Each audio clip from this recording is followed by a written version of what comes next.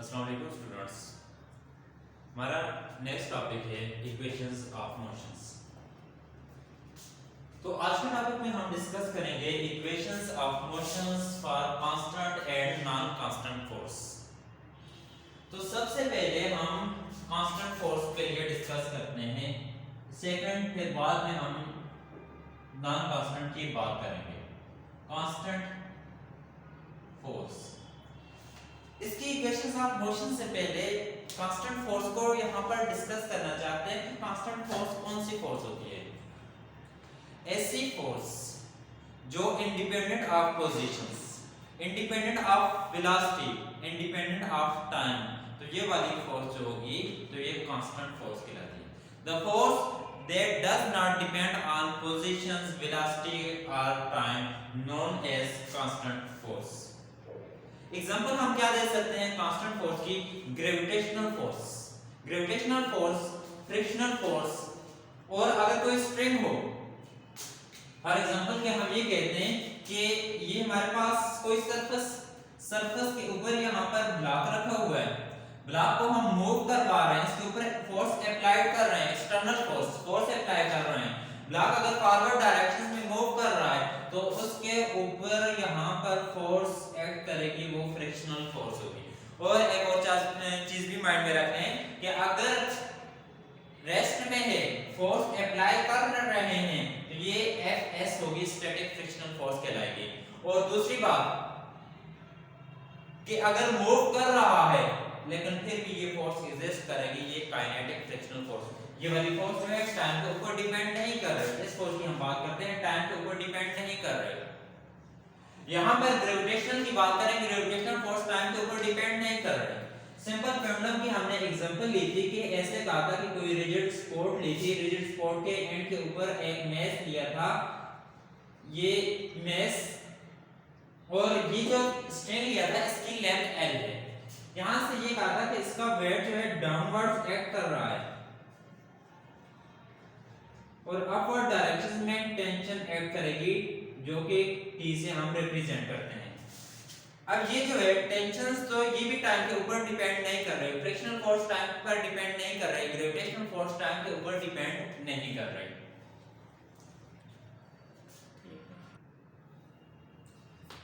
From Newton second law, Newton second law हमारे पास क्या था? F is equal to ma।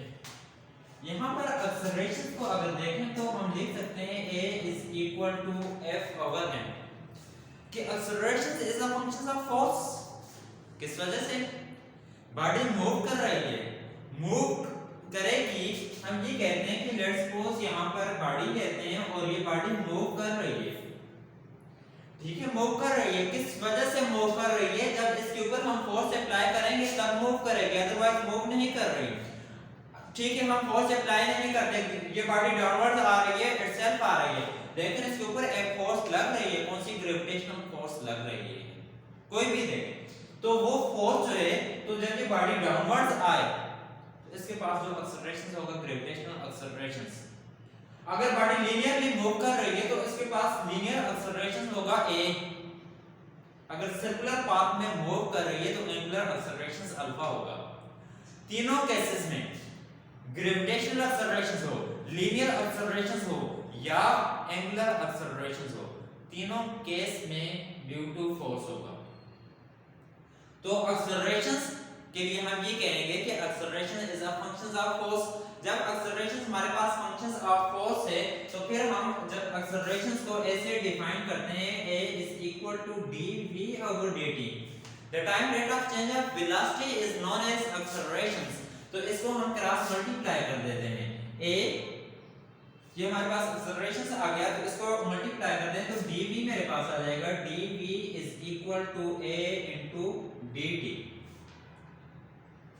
मैं ये कहता हूं कि लेट्स सपोज मेरे पास यहां से ऑब्जेक्ट पहले रेस्ट में था, ये यही ले लें, ये ऑब्जेक्ट पहले रेस्ट में था।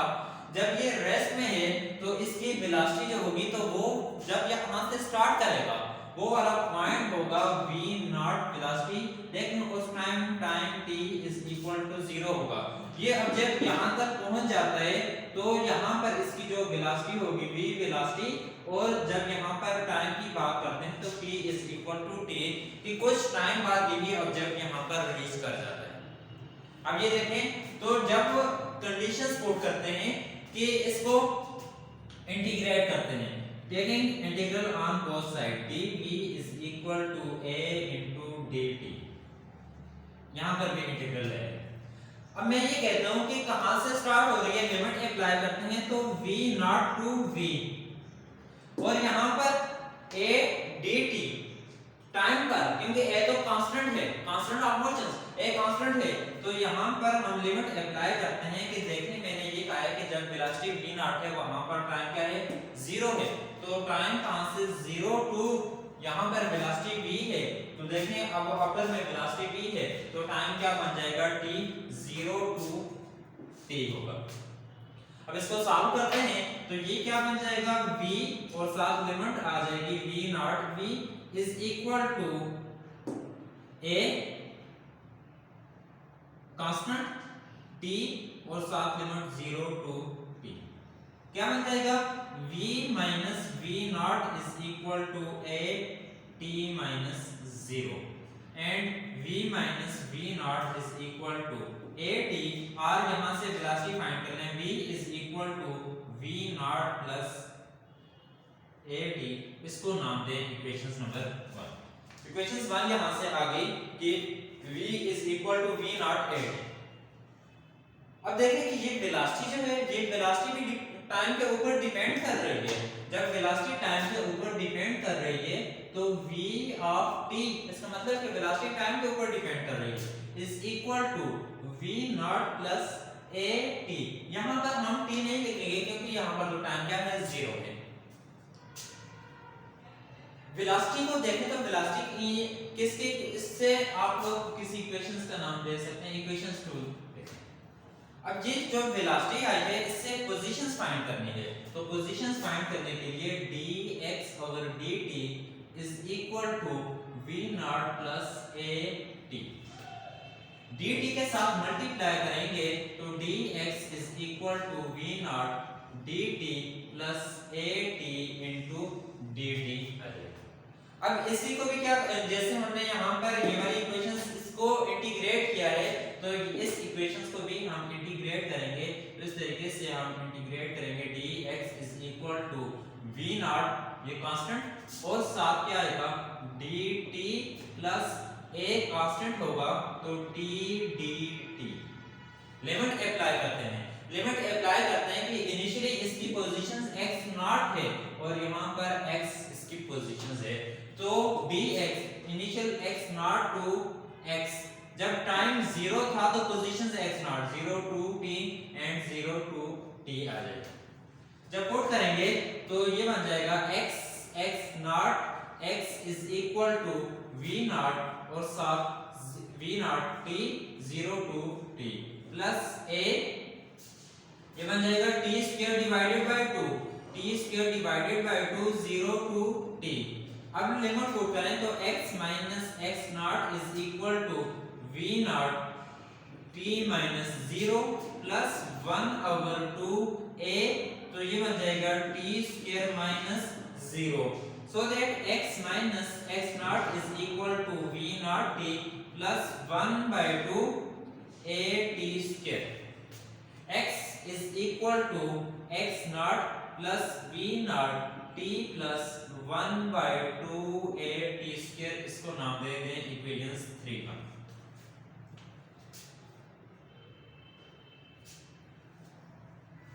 देखें अब इक्वेशंस 1 में हमने कहां से स्टार्ट किया, एक्सेलरेशन से।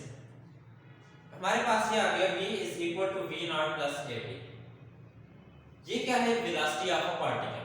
फिर इसी वेलोसिटी से हमने पोजीशंस फाइंड की, कौन सी, x is equal to x not plus v not t plus 1 over 2 a t square, ये हमारे पास पोजीशंस ऑफ अ पार्टिकल है। इसके बाद स्टूडेंट्स तो यहाँ पर हमने फाइंड करनी है इक्वेशंस ऑफ मोशंस में, तो t की वैल्यू फाइंड करेंगे, तो t की वैल्यू फाइंड करने के लिए हम इस इक्वेशंस को यूज करेंगे। ये वाली इक्वेशंस क्या आ जाएगी, यहाँ से देखते हैं इक्वेशंस 1 फ्रॉम इक्वेशंस 1 से हम वैल्यू फाइंड करते हैं v minus v not is equal to a t. क्या होगा, ए टी की वैल्यू फाइंड करें, t is equal to v minus v not divided by a। t is equal to v minus v not divided by a। अब हमने ये करना है कि जो t की वैल्यू आई है तो t की वैल्यू को हम पुट करेंगे इक्वेशन 3 में। तो t की वैल्यू को इक्वेशन 3 में पुट कर देते हैं। Equation 3 implies that x is equal to x naught plus v naught t v minus v naught divided by a plus 1 by 2 a t square v minus v naught divided by a square। Now x is equal to x naught plus v naught v minus v naught divided by a plus एक चीज देख लें यहाँ पर ये square है। जब इस स्क्वायर को हम खत्म करेंगे ओपन करेंगे तो ये a स्क्वायर आ जाएगा और साथ यहाँ पर a है तो ये a इसके साथ कैंसिल हो जाएगा। जस्ट ये रहेगा 1 by 2 v minus v naught square divided by a, क्योंकि यहाँ पर a स्क्वायर था और a इसके साथ कैंसिल हो गया। x is equal to x not plus, अब यहाँ पर अगर इसको हम ये कहते हैं कि मल्टीप्लाई करते हैं, इस साइड को हम 2a के साथ मल्टीप्लाई करते हैं। पहले मल्टीप्लाई हम लास्ट में कर लेंगे। x plus v not v minus v not plus 1 by 2a v square plus v not square minus 2v into v not. और यहाँ पर v नॉट को इसके साथ मल्टीप्लाई जब करेंगे तो ये बनेगा v not v minus v not square. x is equal to x naught plus v naught v minus v naught square और इनके साथ यहाँ पर डिवाइडेड बाय a भी है, divided by a plus 1 by 2a v square plus v naught square minus 2v v naught।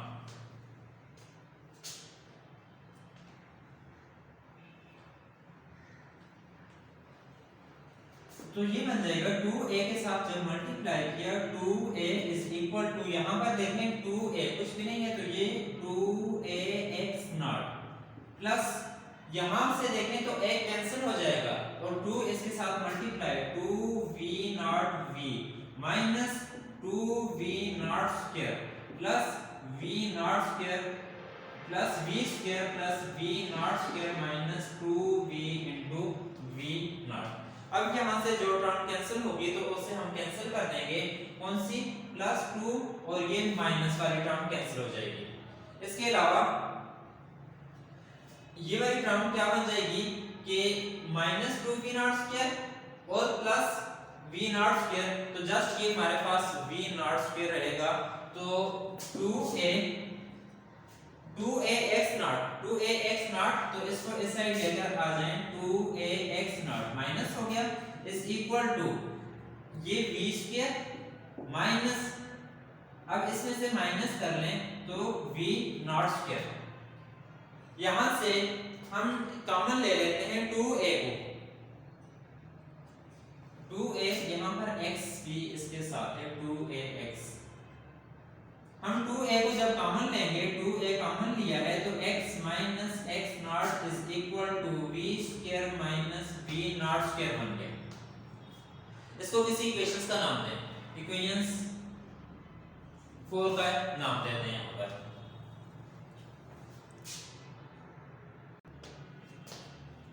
इस equations को हमने इक्वेशंस 4 का नाम दिया है। अब हमने स्टूडेंट्स यहाँ पर ये करना है कि इक्वेशंस 1 में जो वैल्यू थी तो इससे हमने वैल्यू फाइंड की किसकी v नॉट की t की वैल्यू फाइंड की थी। ये देखें यहाँ पर t की वैल्यू फाइंड की। अब मैंने यहाँ पर फाइंड करनी है किसकी वैल्यू v की सॉरी v नॉट की वैल्यू फाइंड करनी है फ्रॉम इक्वेशंस 1 implies that किसकी वैल्यू मैं फाइंड करता हूँ v नॉट की, तो बन जाएगी v not minus v not is equal to v minus at। देखें v not is equal to v minus at, ये वाली वैल्यू फाइंड कर ली। अब v नॉट की वैल्यू उठाकर हमने पुट करनी है इक्वेशन 3 में, तो इक्वेशन 3 ऐसी हो जाएगी, equation 3 implies that x is equal to x not plus v not, तो v नॉट की value v minus at plus 1/2 at square. ये देखें v not plus at square, इसमें वैल्यू पुट कर लें। So x is equal to x not plus v not, इसके साथ यहाँ पर ये भी आएगा v नॉट, तो मल्टीप्लाई कर लें v not into v minus a v not t plus 1/2 at square.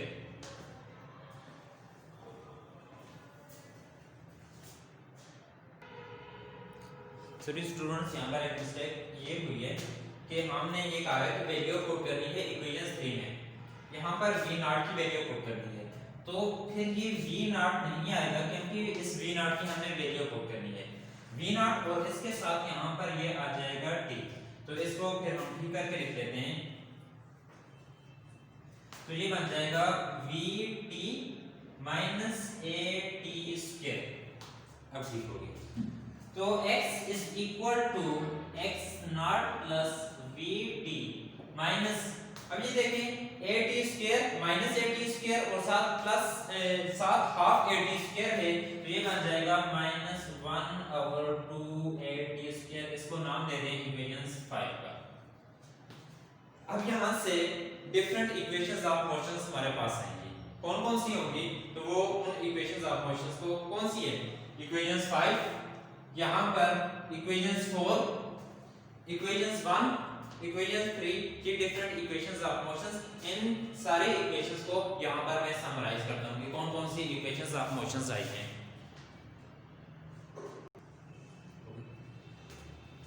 Students जो पूरे टॉपिक में हमने equations of motions constant force के लिए डिस्कस की हैं, तो इनको मैंने यहाँ पर समराइज किए हुए। आप लोगों ने सिंपल जो पढ़ी थी कौन सी, ऐसे पढ़ी थी x not is equal to v not t plus 1/2 at square. अगर ग्रेविटेशनल एक्सेलरेशन हो तो यहाँ पर आप लोग gt स्क्वायर यूज करते हैं, लेकिन इसकी जगह आप लोग जब इनिशियल और फाइनल पोजीशंस हो तो xt is equal to x not plus v not t, इस तरीके से आप लोग यूज कर सकते हैं। ये इक्वेशंस भी यूज कर सकते हैं और इसके साथ ये इक्वेशंस भी यूज कर सकते हैं कांस्टेंट फोर्स के केस में। इसके अलावा आप लोगों ने ये पढ़ा था v square is equal to v not square plus 2ax, लेकिन इसकी जगह आप लोग ये भी यूज कर सकते हैं v square is equal to v not square plus 2ax माइनस x नॉट, और x is equal to v not t minus at square. तो साथ ये देखें ये कहां से आया है, ये वाली टर्म x नॉट कहां से आया है, v नॉट x नॉट। जब हमने कहा था कि लिमिट्स अप्लाई करते हैं तो लिमिट्स x ये आया था x नॉट टू x, तो ये क्या बना x minus x not, limit हमने अप्लाई की है वहां से हमें मिला। ये तो था कांस्टेंट फोर्स। अब ये हम बात करते हैं कि नॉन कांस्टेंट फोर्स कौन सी होती है।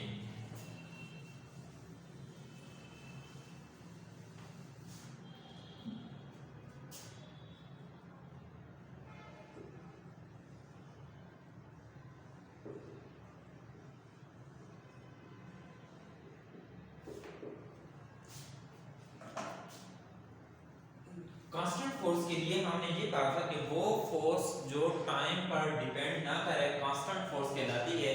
तो इजीली हम डिफाइन कर सकते हैं नॉन कांस्टेंट फोर्स के लिए, फोर्स जो कि टाइम के ऊपर डिपेंड करे तो वो वाली फोर्स जो होगी constant force.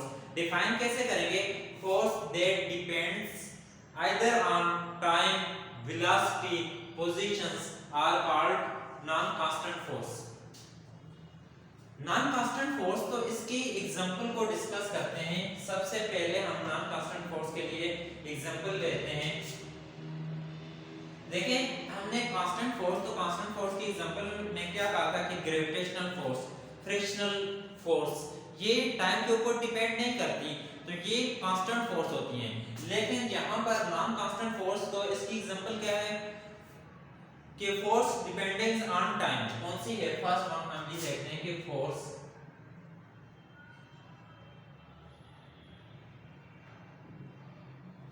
Depending on time. मैं ये एग्जांपल लेता हूं कि यहां से गाड़ी मूव कर रही है, गाड़ी के पास सर्टेन वेलोसिटी है, 60 किलोमीटर पर आवर की स्पीड के साथ मूव कर रही है। पॉइंट ए पर इस गाड़ी को ब्रेक लगाई जाती है, लेकिन ये गाड़ी यहां पर जाकर रुकती है।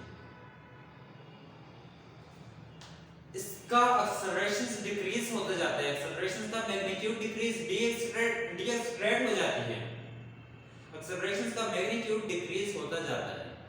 लेकिन आप लोग ये देखें कि आप लोगों ने फोर्स यहां पर अप्लाई की, यहां पर जाकर इसने स्टॉप किया, तो ये देखें यहां से यहां तक पहुंचने में पोजीशंस बी तक इसने जाकर स्टॉप किया है। तो पोजीशंस ए से पोजीशंस बी तक जाने में इसने क्या किया है? कुछ टाइम लिया है, 1 सेकंड लिया हो, 1 मिनट लिया हो, माइक्रो सेकंड लिया हो, नैनो सेकंड, कुछ भी लिया हो, जितना भी टाइम अगर इसने लिया हुआ है, तो ये वाली फोर्स जो होगी, तो ये फोर्स डिपेंडिंग होगी। फोर्स डिपेंडिंग ऑन टाइम, तो इसको अगर हम लिखें तो F ऑफ t, इसका मतलब ये होगा कि फोर्स जो है टाइम के ऊपर डिपेंड कर रही है, तो इस वजह से ये वाली फोर्स होगी, तो इस फोर्स को नॉन कांस्टेंट फोर्स, क्योंकि यहां पर कुछ और यहां पर डिफरेंट होगी, तो नॉन कांस्टेंट फोर्स कहलाती है। तो एक और चीज भी हम डिस्कस कर देते हैं नॉन कांस्टेंट फोर्स के साथ, पोजीशंस डिपेंडेंट फोर्स।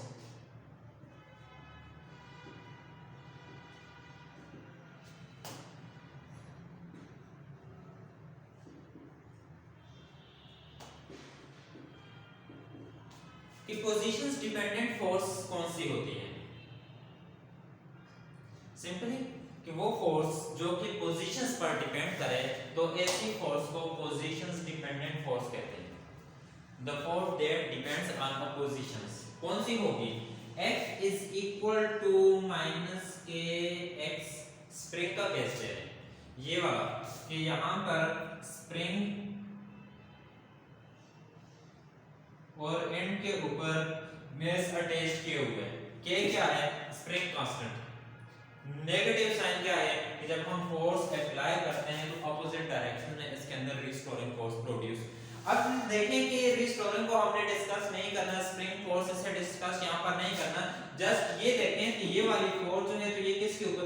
ये तो कांस्टेंट है, के कांस्टेंट, स्प्रिंग कांस्टेंट, लेकिन ये वाली फोर्स x के ऊपर डिपेंड कर रही है, तो k तो हमारे पास स्प्रिंग कांस्टेंट हो गया, तो ये x होगा, तो x पोजीशंस, तो हम ये कह सकते हैं कि पोजीशंस डिपेंडेंट फोर्स के वो वाली फोर्स जो कि डिपेंड करे पोजीशंस के ऊपर। और एक और फोर्स को डिस्कस करते हैं, velocity dependent force.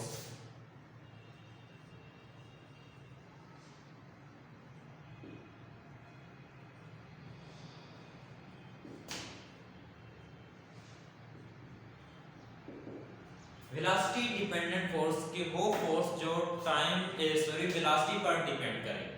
The force that depends on velocity is known as velocity dependent force। कौन सी फोर्स होगी? हम लोगों ने एक नाम सुना हुआ है, ड्रैग फोर्स। ड्रैग फोर्स क्या है?